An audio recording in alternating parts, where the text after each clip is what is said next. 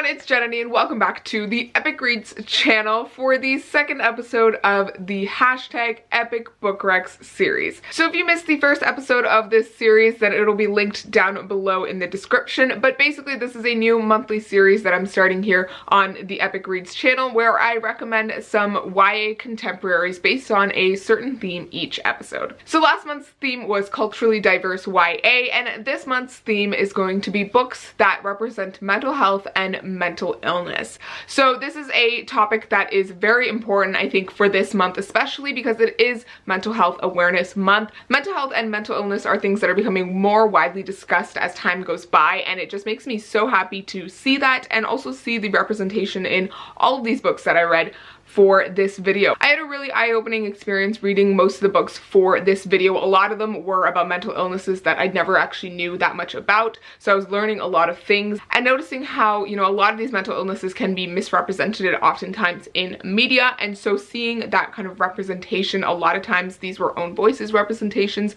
was just really nice and heartwarming to see. All of these stories really get into a personal experience for the character of these different mental illnesses and struggles with mental health, and each one was different and unique, and it was so heartwarming to see these characters, you know, try to understand themselves better, their minds better, and come to accept the fact that none of this is their fault. You know, none of these illnesses are their fault, and seeing them all attempt to get the help that they need was just so freaking beautiful. So I am so excited to recommend these books to you today. Some of these are old favorites of mine, and some of these are ones that I recently read and absolutely loved to pieces, and so I'm just so excited to share them with you today. But before I get into the descriptions of these books, I would like to say that a lot of these books can be triggering if you are not quite ready to read them, if you know you are struggling with a similar illness, or maybe you think you might be struggling with something. You know, just be mindful of, you know, your own limits and see what works for you. But I really think that these are all really great. So if you can ever at some point bring yourself to read these, that is just absolutely amazing. Alright, the first book that I have to recommend to you today is The Perks of Being a Wallflower by Stephen Chbosky. So our main character, Charlie, is a 15-year-old boy starting high school for the first time, and he's quite a bit of a wallflower. He has social anxiety, he has a bit of PTSD, and a slight bit of depression as well. And he's struggling with all of these things as he starts his new school and tries to make new friends. And so the book is actually told in a series of letters that Charlie writes to this mysterious friend. He just writes, "Dear friend," and he kind of tells that friend about his day or what's going on in his life. And it's actually the most like personal and heartwarming way to hear someone's story, and I absolutely loved it. This book has so many beautiful lines to it. I remember just like reading this and sobbing at some points because I just felt so seen at some points. Charlie meets a really great group of friends. He goes through a lot in this book. This book can definitely get a little bit triggering towards the second half, so be careful of that. But honestly, it's just the most heartwarming story on the planet, and you know, Charlie is such an endearing character. There's not only things going on with Charlie's friendships and school life, but also with his family, especially with his sister,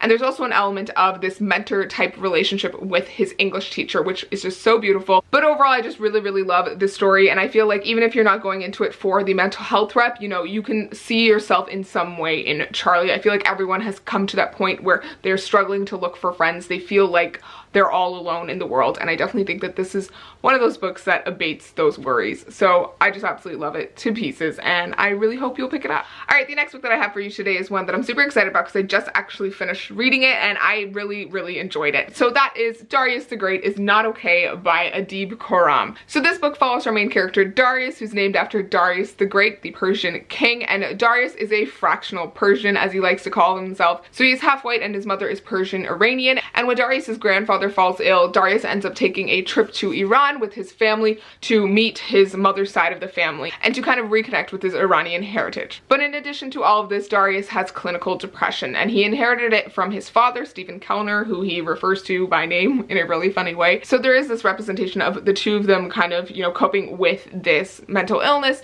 and, you know, taking medication every day. And Darius kind of has to navigate his different mood swings throughout the day and the, you know, thoughts that he sometimes has and he cannot help. This was such a, you know, beautiful and sweet and just adorable story at times, but also just really sad at some points as well. You know, Darius is reconnecting with his mother's side of the family. He's never actually met his maternal grandparent. He understands some Farsi, but he doesn't understand all of it, so there's also this language barrier going on. Iran, and he also has a little sister who he absolutely loves, but also feels like she has replaced him in some way in his father's heart. But there's also an element of Darius meeting someone in Iran, and that is Sohrab, who is this boy next door to his grandparents. And Sohrab is super sweet.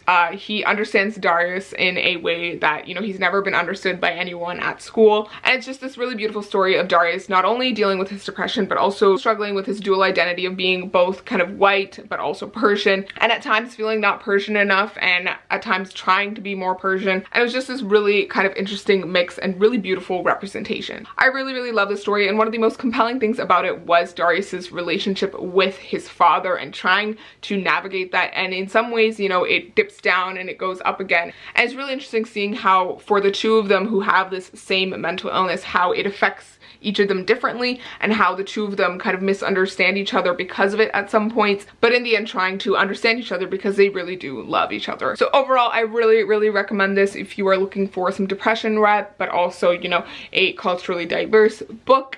It was really great and I absolutely loved it. All right, the next book that I have to recommend to you today is a pretty popular one, and that is Turtles All the Way Down by John Green. I absolutely love this book to pieces. It became one of my instant favorites the second I read it, and for good reason as well. So if you don't know, this book is written by John Green, and he has a lot of YA contemporaries out, but this one was slightly more personal for John Green because it does have OCD rep, and John Green himself suffers from OCD as well. So the main character from this book, Asa Holmes, has OCD and anxiety, and she's kind of dealing with all of that as she goes to school and the, you know, ever tightening thought spirals that she has in her head. You see her kind of get stuck in them, you know, right from the beginning, and it's at times very intense, and it's a very visceral experience reading it. But this book's plot is centered around this mystery that's going on of this fugitive billionaire that everyone's trying to track down, and there's a reward going on for anyone who can find him. So Asa and her friend Daisy are trying to figure out this mystery, and they also end up coming into contact with the billionaire's son, Davis, who is someone that Asa kind of grew up with, has known for a very long time,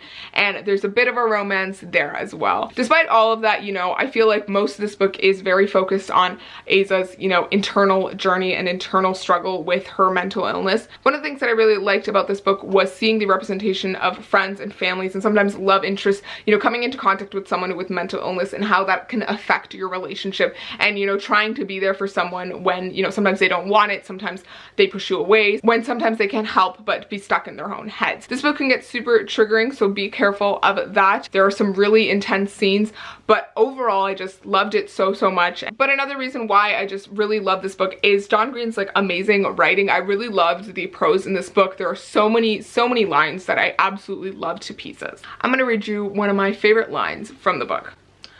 This is from the beginning of chapter 9. But I also had a life, a normalish life, which continued. For hours or days, the thoughts would leave me be, and I could remember something my mom told me once. Your now is not your forever. I went to class, got good grades, wrote papers, talked to mom after lunch, ate dinner, watched television, read. I was not always stuck inside myself or inside myself. I wasn't only crazy. Overall, I just really love this book, and I really do think that it speaks to anyone who has at any point in their life experienced a sense of anxiety that has debilitated them to such a degree that they do not feel like they can go on. This book exactly captures that feeling, and I think that it is just so important for that reason. All right, the next book that I want to recommend to you today is one that is going to break a few of my rules. So this series is mostly going to be recommending YA contemporaries, but this one is kind of a contemporary with a touch of magic. So that book is The Rest of Us Just Live Here by Patrick Ness. So for all intents and purposes, this book does feel like a contemporary, but it does have a hint of magic in it. Basically, it follows our main character Mikey and his group of friends who go to the school in this small town where a lot of mysterious things happen. And so you find out that there are these people called the Indie Kids who are basically like the chosen ones from like all the fantasy stories that you've heard and read about, and they are running around in the school getting attacked by monsters and magical things that no one else seems to believe. And so you find out that every year in this town there's always some kind of magical conflict going on. You know, one year there was zombies, sometimes there was ghosts, and this time it's like these blue lights that cause death, and it's just really weird things going on. But Mikey is one of those kids that are, you know, not the chosen ones. You know, he is just one of the rest. living in this town. And him and his friends are going through their own kind of personal struggles and family problems and friendship things. And Mikey himself is dealing with his own mental illness. He has OCD, and he also has a sister who also plays a big part in this book who has an eating disorder. One of the things that I really loved about this book is that although it has this touch of magic, it's really examining, you know, the real life problems that these kids are having. You know, they all go to school, they're going to work. Mikey is, you know, having conversations with his family and with his friends. He's talking about the people that he likes and he might not like and the crushes that he has, but he's also dealing with how his mental illness is affecting him and his relationships with people. And there's also this element of his family being in politics, and so the idea that, you know, his mental illness and his sister's mental illness might be affecting, you know, his mother's political image. Like, there's all of these elements, you know, coming together in this book. So I absolutely recommend this book, you know, if you maybe didn't want to dive right into a full-on contemporary, maybe you wanted something with a touch of magic,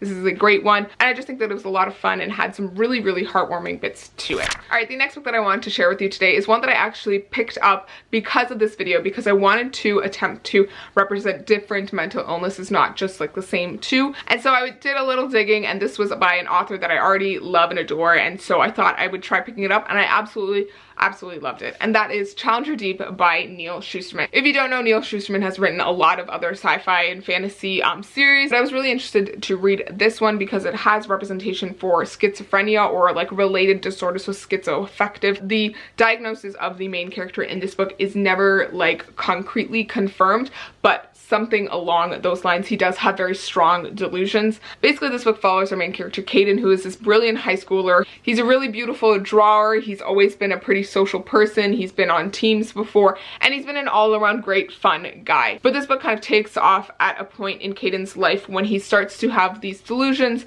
that center around a pirate ship. So there's a captain, there's a parrot, there's a carved woman on the front of the ship, and Caden really believes that he is one of the ship members. But all the chapters where Caden describes his delusions are also intercut with scenes with his family and also scenes of him in a treatment facility, a medical facility where he's getting treated for his mental illness. This was a book that I didn't really know what to make of it going into it. You know, I struggle to say that, you know, I enjoyed it because it's strange to say that you enjoyed seeing someone, you know, struggling with a very personal experience. But I do believe Neal Shusterman did a really amazing job of representing how Caden's, you know, delusions have their own internal logic to him. You know, even though at some points when he's lucid, he knows that his delusions were delusions, you know, he in the moment when he's in those delusions, when those thoughts are coming into his head, regardless of whether he likes it, you know, he believes them to be true. And there are moments reading this book where you think, you know, if you weren't inside Caden's head, you totally wouldn't understand, you know, what he's doing. It would all seem so strange. But being inside his head was just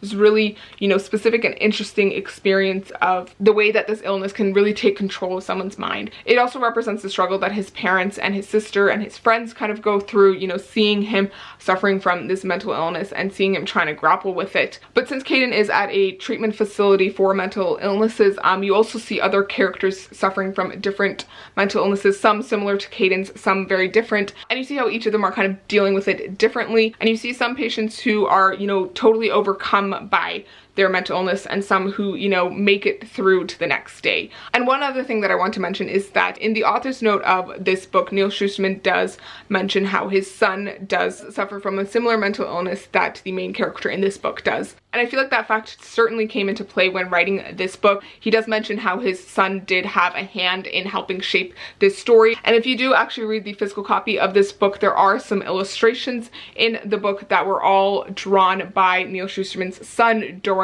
moments of these, you know, delusions when, you know, all of these thoughts are coming into his head. So I feel like that lent a lot of authenticity to this story. I truly think it is a phenomenally done story. At times, you know, very sweet and beautiful, but also very harrowing and intense and overall extraordinary. All right, the next book that I want to recommend to you today is Paperweight by Meg Haston. So I picked this up specifically because it has eating disorder rep. Basically, this book follows her main character, Stevie, who's a 17-year-old girl whose life has kind of spiraled out of control. And at the beginning of this book, her family has put her into this treatment facility for eating disorders, and she is just totally against the idea. It's in New Mexico in the middle of the desert. It is the absolute last place that she wants to be. She doesn't want to get better. And I think that that was one of the really interesting things about this book, and also really important representation in the fact that you see Stevie go through the struggle of, you know, absolutely not wanting to get better, believing that she doesn't deserve to get better, and then making that move toward getting better. You also find out early on that Stevie had a brother named Josh who passed away a year ago,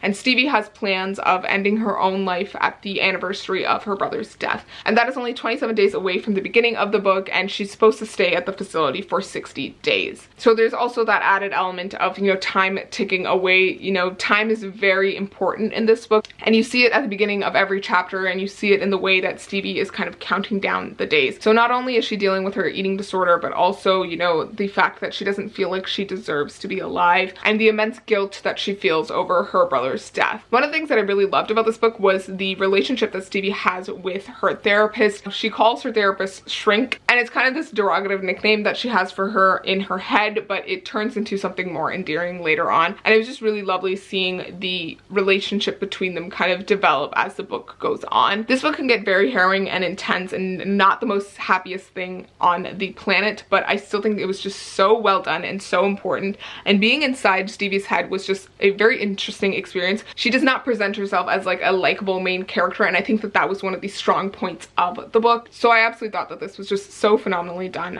It's very short, very to the point. So I definitely recommend this if you were looking for eating disorder rep. Whew, I've been talking for way too long, so here's the last book that I wanted to recommend to you today, and that is Eliza and Her Monsters by Francesca Zappia. So I was super excited to pick up this book because I had heard so many great things about it, and it honestly lived up to all of my expectations. I absolutely loved it. This one is definitely a little bit more on the lighter side for majority of the book. There are some very intense harrowing bits to it towards the end, but I think overall the book was quite fun and happy and sweet and just overall adorable. Basically, this book follows our main character Eliza, who is the creator of this epic kind of webcomic series called Monsters C. So she has this crazy intense following of like millions of people. She's kind of made a living and a life off of this comic, but she's also very much a wallflower, has a lot of social anxiety. Anxiety is a very big part of this book, and Eliza truly is far more comfortable with her online friends she doesn't have to see in person versus the people that she goes to school with and who her family wants her to, you know, make friends with. But despite having this large following, Eliza's never actually revealed her identity as being the creator of Monsters C. She goes under the pen name Lady Constellation, and so everyone's kind of speculated about her and who she is and who she might be. And the last thing that Eliza would ever want is someone revealing her identity. But then one day, a new boy comes to her school named Wallace, who is this very large kind of guy who seems like he could be a football player, but is very quiet, doesn't talk, doesn't say anything out loud, you know, comes to her school as a new student. She is surprised when she finds out that he is a fan fiction writer for her webcomic series, The Monsters C. So he is a super big fan of her series, but he doesn't know that she's the creator. And there's this element of Eliza having the secret identity that she doesn't want to reveal, and the social anxiety that comes with that. There's also this very big element of Eliza's family. You know, her family is very much the outgoing type. They are all into sports. They don't really get her obsession with fandom